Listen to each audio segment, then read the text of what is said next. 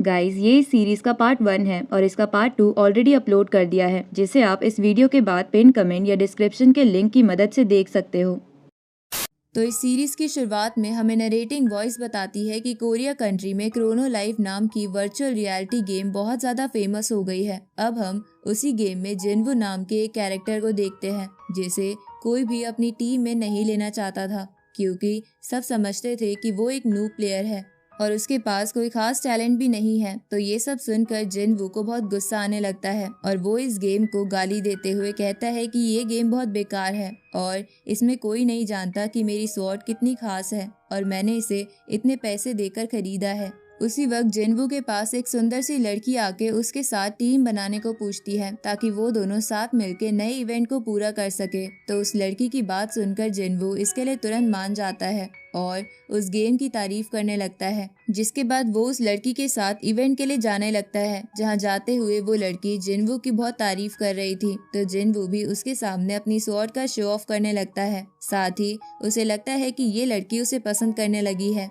इसलिए ये थोड़े दिनों में उससे शादी कर लेगी और इनके बच्चे भी हो जाएंगे। लेकिन उसी वक्त वो लड़की कहती है कि हम अपनी डेस्टिनेशन पर पहुंच गए हैं। लेकिन जिनवू को वो जगह इवेंट वाली जगह नहीं लग रही थी, पर उसी वक्त वो लड़की जिनवू के पेट में अपनी तलवार घुसा देती है। ये देखकर जिनवू को कुछ समझ नहीं आता और वो उस लड़की से पूछता है कि क्या तुमने ये सब मेरी स्वॉर्ड के लिए किया है। इस पर वो लड़की बोलती है कि बेवकूफ, मुझे तुम्हारी बेकार सी स्वॉर्ड में कोई इंटरेस्ट नहीं है, मैं तो तुम्हें यहाँ जंगल में बस मारने के लिए लेकर आई थी। ये सुन के जिनवू कहता है कि मतलब तुमने मुझसे झूठ बोला कि तुम मेरे साथ टीम बनाना चाहती हो। इस पर वो लड़की कहती है कि हाँ, वो झूठ था, तुम जैसे लूजर के साथ कौन टीम बनाना चाहेगा, तुम जैसे से तो मैं रियल लाइफ में बात तक ना करूँ। ऊपर से तुम इतनी सस्ती स्वॉर्ड का शो ऑफ करते हो, लगता है तुम्हारे पेरेंट्स भिखारी हैं जो उन्होंने तुम्हें अच्छे वेपन्स खरीदने के पैसे नहीं दिए। ये सुन के जिनवू गुस्से में गाली देते हुए उस लड़की से कहता है कि तुम अब लिमिट क्रॉस कर रही हो। लेकिन तभी वो लड़की जिनवू को बीच से काट देती है, जिसके कारण जिनवू अपनी आखिरी सांसें लेने लगता है। इधर हमें पता चलता है कि वो लड़की ऐसे ही 1000 लड़कों को मार चुकी है, जिस कारण अब उसका कोई मिशन पूरा हो जाता है। साथ ही उसका लेवल भी बढ़ जाता है और वो अब गॉडेस ऑफ लाइफ बन जाती है। इस तरफ जिनवू मरते हुए कहता है कि मैंने यहाँ एक बात सीख ली है कि इस गेम में जंगल के रूल्स चलते हैं, मतलब जो ताकतवर होगा वही जिंदा बचेगा। अब जिनवू प्लेस पर फिर से रिवाइव हो जाता है, लेकिन अब उसका एक्सपीरियंस बहुत ज्यादा कम हो गया था। साथ ही उसे उस लड़की और उन लोगों पर गुस्सा आ रहा था जिन लोगों ने आज तक जिनवू को बहुत सुनाया है। इसलिए वो अपनी स्वॉर्ड को अपग्रेड करने के लिए रीइंफोर्सिंग हैमर निकालता है और उससे अपनी स्वॉर्ड पर वार करता है। लेकिन उसकी स्वॉर्ड अपग्रेड होने की बजाय टूट जाती है, क्योंकि किसी वेपन के अपग्रेड होने के चांसेस सिर्फ 5% होते थे और बाकी टाइम वो वेपन ही टूट जाता था। पर जिनवू हार नहीं मानता और उस हैमर को अपने ग्लव्स और क्लोथ्स पर भी ट्राई करता है, लेकिन उसका सब सामान डैमेज हो जाता है, जिसकी वजह से जिनवू रोने लगता है कि अब उसके पास कुछ भी नहीं बचा है। उसी वक्त उसके पास एक स्टिक आकर गिरती है जिसका लेवल बहुत लो था। तभी जिनवू देखता है कि वो स्टिक एक अजीब से लड़के ने उसकी ओर फेंकी है जो उसे चीयर कर रहा था। तो जिनवू को ये देखकर लगता है कि उस लड़के को जिनवू पर दया आ गई होगी, क्योंकि उसके पास अब कुछ भी नहीं बचा है। तभी जिनवू स्टिक पर अपने हैमर से वार करता है, लेकिन वो टूटने के बजाय अपग्रेड हो जाती है। तो जिनवू सोचता है कि आखिर उसकी किस्मत इतनी बेकार क्यों है, क्योंकि उसकी स्वॉर्ड तो टूट गई और ऐसी बेकार सी स्टिक अपग्रेड हो रही है। अब जिनवू बार बार उस स्टिक पर मारने लगता है, क्योंकि उसे लग रहा था कि ये स्टिक एक न एक बार टूट ही जाएगी। अब उस स्टिक पर वार करते करते जिनवू को सुबह से शाम हो जाती है, पर वो स्टिक नहीं टूटती, बल्कि उसका लेवल तो बढ़ते बढ़ते मैक्स हो जाता है। लेकिन ये देखकर जिनवू को कुछ समझ नहीं आ रहा था, बल्कि उसको तो पसीने आने लगते हैं, क्योंकि किसी वेपन के अपग्रेड होने के बस 5% चांसेस होते हैं और नेक्स्ट अपग्रेड पर तो उसके चांसेस और कम हो जाते हैं। लेकिन ये स्टिक तो अपग्रेड होते होते मैक्स पर पहुंच गई थी। अब जिनवू उस स्टिक को उड़ाने लगता है, पर उड़ाते समय गलती से उससे वो स्टिक जमीन पर टच हो जाती है, जिसके कारण एक बहुत बड़ा धमाका होता है और ये धमाका इतना बड़ा था कि इससे एक कॉन्टिनेंट में एक बहुत बड़ी लाइन बन जाती है। इधर उस धमाके को देखकर बाकी प्लेयर्स को कुछ समझ नहीं आ रहा था और उन्हें लग रहा था कि ड्रैगन्स ने उन पर अटैक कर दिया है। इधर जिन्वू हमें बताता है कि उस अटैक में 8,50,000 प्लेयर्स मारे गए हैं, जो कि इस गेम का वर्ल्ड रिकॉर्ड था। साथ ही इसकी वजह से जिन्वू का विलन स्टेटस भी बहुत बढ़ जाता है, क्योंकि उसने प्लेयर्स नॉर्मल को मारा था। लेकिन जिन्वू तो बहुत ज्यादा खुश था, क्योंकि अब वो इस स्टिक की मदद से उस लड़की और उन लोगों से बदला ले सकता था। अगले दिन जिन्वू उसी सिटी में घूमने लगता है, जहाँ वो एक ताकतवर बंदे से टकरा जाता है, पर वो उससे माफी मांगने की बजाय उसे गाली देकर जाने लगता है। तो वो बंदा जिन्वू की कॉलर पकड़ लेता है। ये देखकर जिन्वू उस बंदे के सर पर अपनी स्टिक से हल्के से टच करता है, लेकिन इससे उस बंदे के साथ साथ वहाँ के और लोग भी मर जाते हैं। तो ये देखकर जिन्वू को लगता है कि अब वो इस गेम का स्ट्रॉन्गेस्ट मेन कैरेक्टर है।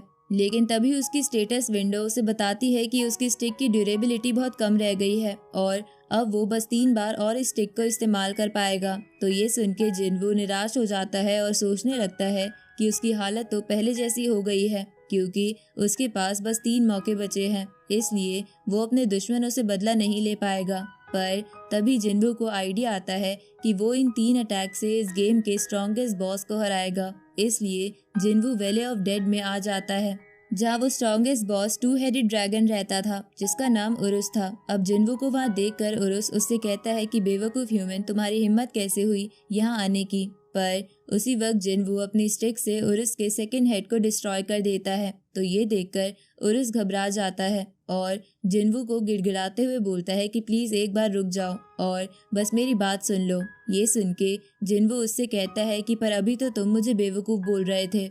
इस पर उरुस कहता है कि थोड़ी देर पहले मैंने वो सब नासमझी में कह दिया था, क्योंकि मुझे आपकी ताकत के बारे में नहीं पता था। लेकिन जिन्वू उसकी बात नहीं सुनता और उस पर फिर से अटैक कर देता है, जिसके कारण उरुस मरने ही वाला था। तभी जिन्वू बोलता है कि काश मेरी इस स्टिक की ड्यूरेबिलिटी ठीक होती तो मैं अपने दुश्मनों से बदला ले पाता। तो ड्यूरेबिलिटी का नाम सुन के उरुस जिन्वू से कहता है कि मैं आपकी ये प्रॉब्लम ठीक कर सकता हूँ। तो जिन्वू इसके बारे में पूछता है तो उरुस अपनी सोल जिन्वू की स्टिक में डालते हुए कहता है कि इसके कारण आपकी स्टिक एक ईगो स्वॉर्ड में बदल जाएगी, जिसकी ड्यूरेबिलिटी इन्फिनाइट होती है। तो ये सुन के जिन्वू हंसते हुए कहता है कि मैंने तो बदले के बारे में सोचना बंद कर दिया था, पर मुझे लगता है कि गॉड्स भी चाहते हैं कि मैं बदला लूं। इस तरफ हम देखते हैं कि हर कॉन्टिनेंट के हर एक किंगडम में जिन्वू के वांटेड पोस्टर लगा दिए जाते हैं, क्योंकि उसने एक बारी में ही 8,50,000 लोगों को मार दिया था, इसलिए अब लोग उसे पकड़ना चाहते थे। साथ ही इस गेम के 5 टॉप गिल्ड्स भी अपनी आर्मी लेकर जिन्वू को पकड़ने के लिए तैयार हो जाते हैं। असल में एक गिल्ड हंटर्स की प्राइवेट ऑर्गेनाइजेशन होती है जो मॉन्स्टर्स को पकड़कर उनसे प्रॉफिट कमाती है, साथ ही कई मिशंस भी करती है।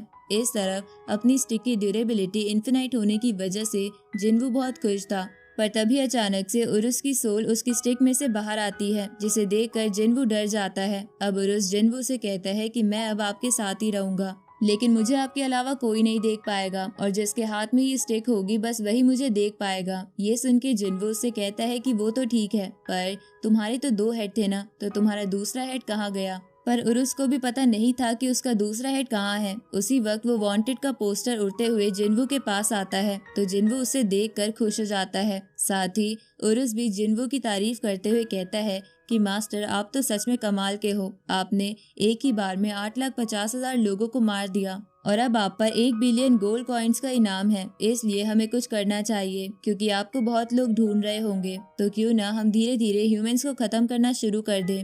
ये सुन के जिन्वू उससे कहता है कि हम ऐसा कुछ नहीं करेंगे, बल्कि मैं तो बिल्कुल वीक दिखने की कोशिश करूंगा। इस पर उरुस उससे कहता है कि पर ऐसा करने पे तो आपका कोई फायदा नहीं होगा। ये सुन के जिन्वू उसे बोलता है कि मैंने कई सारी एनिमेस और मूवीज में देखा है, स्ट्रॉन्ग पीपल अपनी पावर्स को हाइड रखते हैं ताकि वो समय आने पर कूल दिख सके। पर उसी वक्त जिन्वू को एक तीर आकर लगता है, जो कि एक गिल्ड के एक सुप्रीम कमांडर ने मारा था, जिसका नाम आई था। अब आई अपनी आर्मी से कहता है कि इसने बहुत सारे लोगों को मारा है, इसलिए इसे बंदी बना लो। इधर उरुस जिन्वू से बोलता है कि मास्टर, आपको जल्दी से उठना पड़ेगा, क्योंकि भले ही ये ह्यूमंस वीक है, पर अगर ये एक साथ अटैक करेंगे तो आपको इनका सामना करने में बहुत मुश्किल होगी। ये सुन के जिन्वू खड़ा हो जाता है, तो उसे खड़ा होता देख आई अपनी आर्मी को जिन्वू पे अटैक करने को बोलता है। इधर जिन्वू उरुस से कहता है कि मैं तो शांति से जीना चाहता था, पर लगता है ये लोग मुझे ऐसे जीने नहीं देंगे। अब ये बोलकर जिन्वू अपनी स्टिक हवा में घुमाकर एक ही बार में उस पूरी आर्मी को हरा देता है। साथ ही उसने उस पूरे शहर को भी तबाह कर दिया था, लेकिन आई उस अटैक में मरने से बच गया था। इसलिए वो तुरंत ही अपने समनिंग क्रिस्टल से वहाँ बाकी गिल्ड के मेंबर्स को भी बुला लेता है, जो कि टोटल 3 मिलियन लोग थे। तभी आई सभी गिल्ड को एक साथ जिन्वू पर अटैक करने को बोल देता है, तो जिन्वू भी अपनी स्टिक से बहुत जल्दी उन नाइट्स को मारने लगता है। ये सुन के उरुस सोचता है कि थोड़ी देर पहले मैंने मास्टर से कहा था कि अगर ह्यूमंस एक साथ आप पर अटैक करें तो आप मुसीबत में पड़ जाओगे, पर अब मुझे लगता है कि मैं भी अगर ह्यूमंस के साथ मिल जाऊं तब भी हम मास्टर को नहीं हरा पाएंगे। उसी वक्त एक स्ट्रॉन्गेस्ट मैजिशियन एंशिएंट मैजिक से जिन्वू पर अटैक करती है, पर जिन्वू अपनी स्टिक को बस हल्के से ऊपर करके वो मैजिक फॉर्मेशन तोड़ देता है, जिसे देखकर वो स्ट्रॉन्गेस्ट मैजिशियन हैरान होते हुए बोलती है कि इसने एंशिएंट मैजिक फॉर्मेशन को इतनी आसानी से कैसे तोड़ दिया। तभी जिन्वू अपनी स्टिक के अटैक से उन सभी को हरा देता है, जिसके बाद वो आई के पास आकर उससे कहता है कि मैं तुम्हें छोड़ रहा था। ये सुन के आई को चैन की सांस मिलती है, पर तभी जिन्वू उसके फेस पर जोरदार अटैक करते हुए उससे कहता है कि तुमने मुझे तीर मारा था, मैं तुम्हें कैसे छोड़ दूं। अब उन सभी के मरते ही जिन्वू वहाँ उस लड़की को देखता है जिसने उसे पहले धोखा दिया था, और इसी के साथ ये पार्ट यहीं खत्म होता है।